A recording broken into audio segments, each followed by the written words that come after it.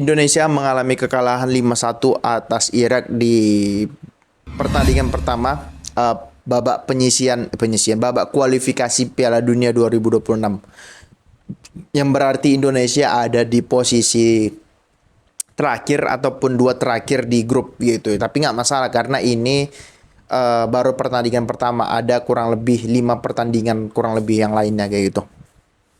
Gini, yang kalau kita lihat dari starting 11 kayak gitu, si Sintayong tidak menurunkan 3 pemain yang sering dia mainkan, yaitu Marcelino Ferdinand, kemudian si Kambuaya, kemudian si Arhan kayak gitu. Walaupun Kambuaya tidak begitu sering sih dimainkan ya, which is at least cuma 2 pemain yang sering dimainkan yang tidak main pada laga tadi malam, yaitu Marcelino dan juga si Arhan Pratama kayak gitu. Tujuannya adalah dia ingin lebih bermain bertahan dan mengadakan counter attack, karena kalau kita lihat Arhan mungkin secara menyerang dia pemain yang bagus, cuman bertahannya mungkin agak sedikit kurang gitu. Kenapa kemudian Adam Alis yang main bukannya Marcelino? Mungkin lebih kepada si Sintayong itu ingin mengalirkan bola cepat ke depan dibandingkan dengan Marcelino yang lebih sering mengandalkan skill individu ataupun dribbling dia untuk menerobos pertahanan lawan. Sedangkan Adam Alis itu bukan tipe pemain yang demikian. Adam Alis itu kan adalah tipe pemain yang lebih suka passing daripada lebih suka dribbling kiri kanan depan belakang kayak gitu loh. Nah, kalau kita lihat awal-awal babak pertama ya, Indonesia itu dikurung habis, artinya ketika mereka dapat bola mereka langsung dipres, artinya mereka tidak bisa menahan bola kurang lebih 5 sampai 6 detik kemudian dipres hilang bola ya. Karena kan kalau kita mau main dari bawah yang terpenting itu adalah akurasi passing, sedangkan akurasi passing kita ya tidak sebaik Irak, walaupun Irak juga akurasi passingnya nggak bagus-bagus sekali gitu ya, 11-12 lah dengan timnas kita tadi malam kayak gitu. Nah kemudian kalau kita lihat dari gol pertama itu adalah salahnya seorang, bukan salah lah, nggak enak menggunakan kata salah, blunder dari seorang Mark Klok yang seharusnya dia bisa kontrol bola itu di kakinya karena tidak ada gangguan dari pemain manapun, tapi ya kontrolnya itu lepas 5 meter di depan dia bolanya, kemudian direbut pemain Irak, kemudian gol kayak gitu ya. Apakah Irak layak unggul? Nggak. Ya dibilang layak juga nggak layak karena mereka tidak banyak membuat peluang, tidak banyak melakukan kombinasi juga, artinya mereka juga mengandalkan blunder-blunder dari pemain timnas kita gitu. Kemudian 1-0.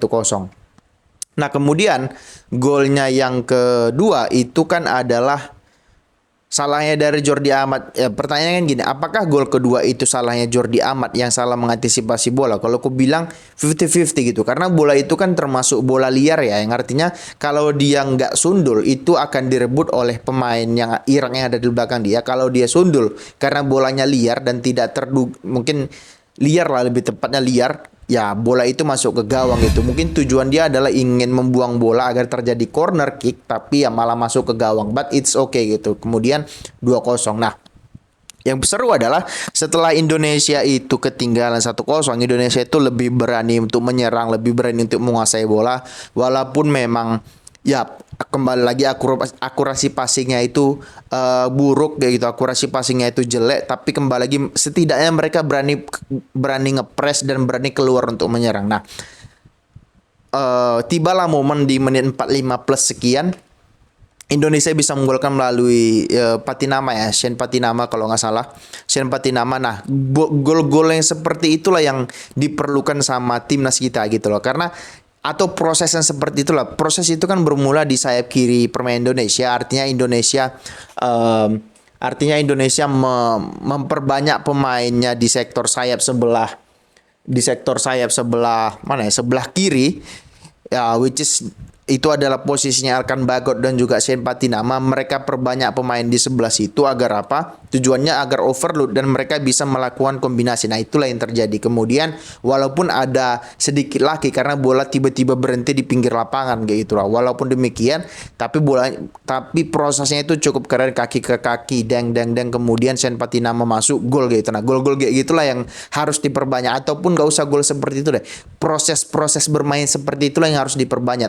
Memang tidak akan mudah karena butuh akurasi passing dan juga visi yang visi yang cukup mumpuni untuk melakukan hal tersebut, dan yang terpenting adalah pemainnya itu dekat tidak jauh kayak gitu. Nah, kemudian satu sama. Kemudian jeda babak pertama 2-1, aku mikir Indonesia pasti keluar menyerang ataupun setidaknya lebih santai lagi untuk menguasai bola, karena mereka hanya butuh 1 gol lagi untuk menyamakan kedudukan gitu, karena sekarang angin itu sedang berada di pihak Indonesia gitu untuk menyerang. Tapi ya sayang kembali lagi memang faktor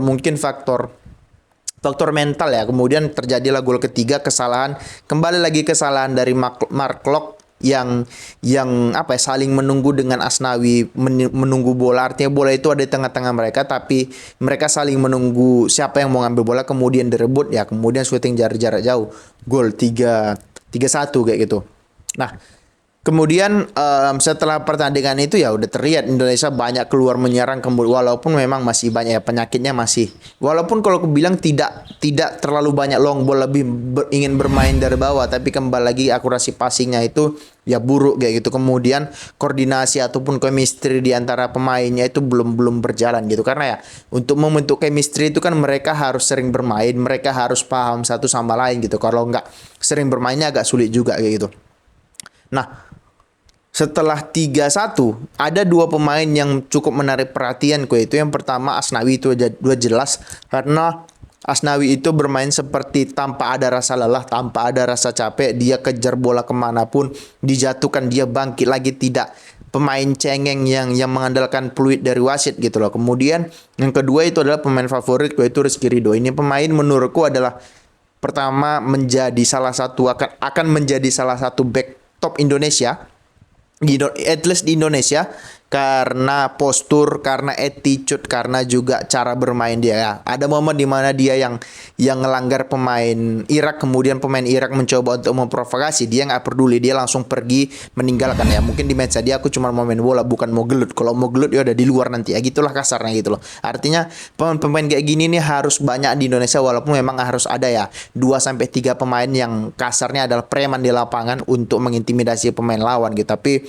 kalau Ridho aku bilang ini calon kapten timnas, calon pemain masa depan timnas, karena usia dia juga masih 20 atau 21 ya, luar biasa, tetap dipertahankan Ridho. Oke.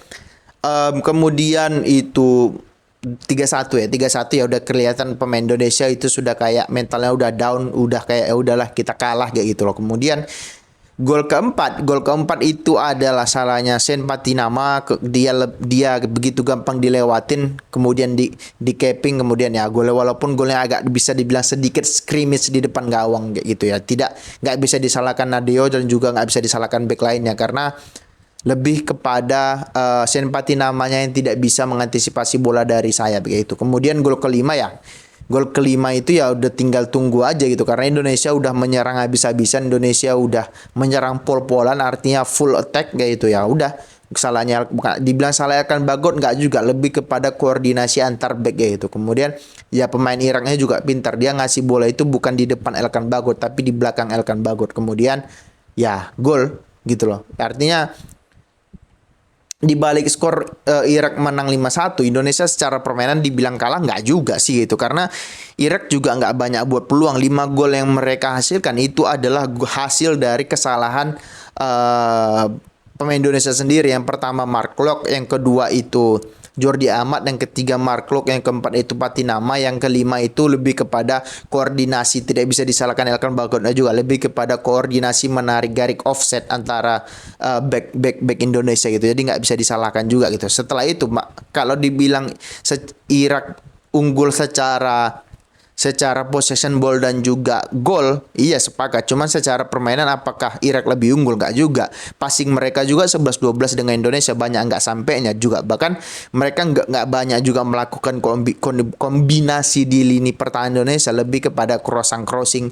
Walaupun crossingnya banyak yang nggak nyampe, tapi ya nilai plusnya dari timnas kita adalah tidak banyak long ball, tidak banyak kehilangan bola, iya, kontrolnya jelek, iya, kemudian passingnya iya jelek, iya. Cuman kalau dibilang banyak long ball sudah lebih berkurang, bahkan nyaris nggak ada di babak pertama dan babak kedua gitu. Lebih kepada bermain secara tim dari bawah, tapi kembali lagi akurasi passingnya itu tidak seperti yang kita harapkan gitu. Cuman ya menurutku ya nggak usah dibawa pusing karena ini cuma 3 poin, ada 5 poin, 5 pertandingan lagi. Anggaplah kita kalah sama Irak di 2 pertandingan, kita cuma kehilangan 6 poin. Kemudian 4 pertandingan lainnya kita menang gitu loh.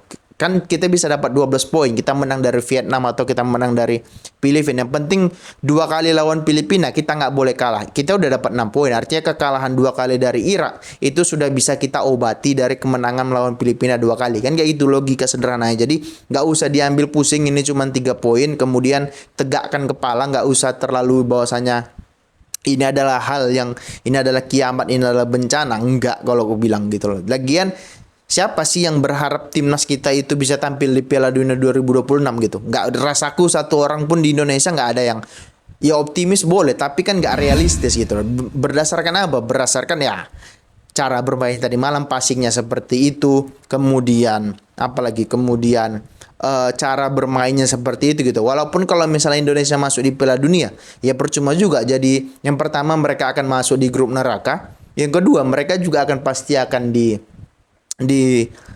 menjadi bulan-bulanan. Yang terpenting adalah kita udah tahu cara bermain Irak itu seperti itu gitu. Artinya Sintayong akan mengumpulkan tim, kemudian nanti di Piala Asia mereka akan balas Irak karena Indonesia kan tergabung bersama Irak, Jepang, Vietnam kayak gitu. Nah, artinya secara bermain kita sudah tahu bahwasanya oh Irak begini loh cara bermainnya kayak gitu. Kemudian kita nggak boleh lagi lengah bahwasanya Irak bermainnya seperti itu, tidak melulu mereka bermain dari bawah gitu. Crossingnya juga banyak nggak sampai kayak gitu loh.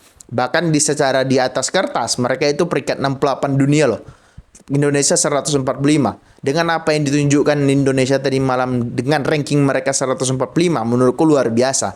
Dengan apa yang ditampilkan oleh Irak, dengan mengingat reputasi mereka adalah pernah juara Piala Asia, kemudian mereka peringkat 68. Dengan apa yang ditunjukkan mereka tadi malam, itu tidak menunjukkan bahwasanya mereka peringkat ya 100 besar FIFA kayak gitu. Jadi nggak ada yang istimewa juga dari Irak, banyak main ototnya juga, tidak seperti tim yang kita harapkan. Bahkan kalau aku bilang lebih bagus lagi mainnya Thailand daripada mainnya Irak kayak gitu, ngerti nggak? Jadi menurutku nggak usah terlalu dibawa pusing kayak gitu. Ini masih pertandingan pertama, fokus ke pertandingan hari Selasa melawan Filipina, harus menang, bahkan kalau bisa menang lebih dari 2 atau 3 gol gitu. Menang dari 2 atau 3 gol supaya mood booster, supaya meningkatkan meningkatkan semangat bermain, meningkatkan kepercayaan diri dan mentalitas kayak gitu. Kemudian ya menurutku Sintayong juga harus belajar bahwasanya memainkan, ya sebenarnya ada Malis nggak begitu jelek sih mainnya tadi malam kayak gitu. Cuman ya kalau dibandingkan dengan Marcelino lebih bagus Marcelino kayak gitu. Cuman ya kembali lagi ini keputusan Sintayong, setidaknya dia belajar bahwasanya ada hal yang salah gitu Bu, dan tidak dilakukan lagi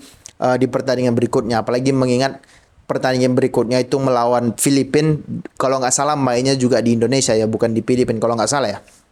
Mainnya di Indonesia, Indonesia harus menang. Aku yakin itu GBK penuh pasti dengan penonton Indonesia, nggak boleh dikecewakan kayak itu. Bagaimanapun kita harus mendukung Sintayong untuk membawa timnas kita lebih baik. Bukan tampil di Piala Dunia ya, itu masih agak tidak realistis. Untuk tampil lebih bagus lagi itu mungkin lebih realistis. Tapi kalau untuk tampil di Piala Dunia mungkin agak berat kayak gitu loh. Bukan nggak mungkin, cuman agak berat kayak gitu loh. Ngerti nggak?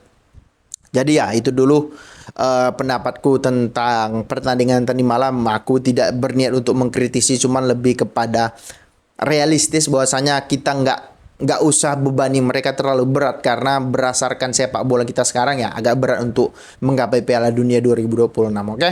Itu dulu konten kita kali ini. Bagi kalian yang suka silahkan di subscribe, di komen, dan di like. Bagi kalian yang nggak suka nggak apa-apa, di skip aja. Oke, terima kasih. Ciao.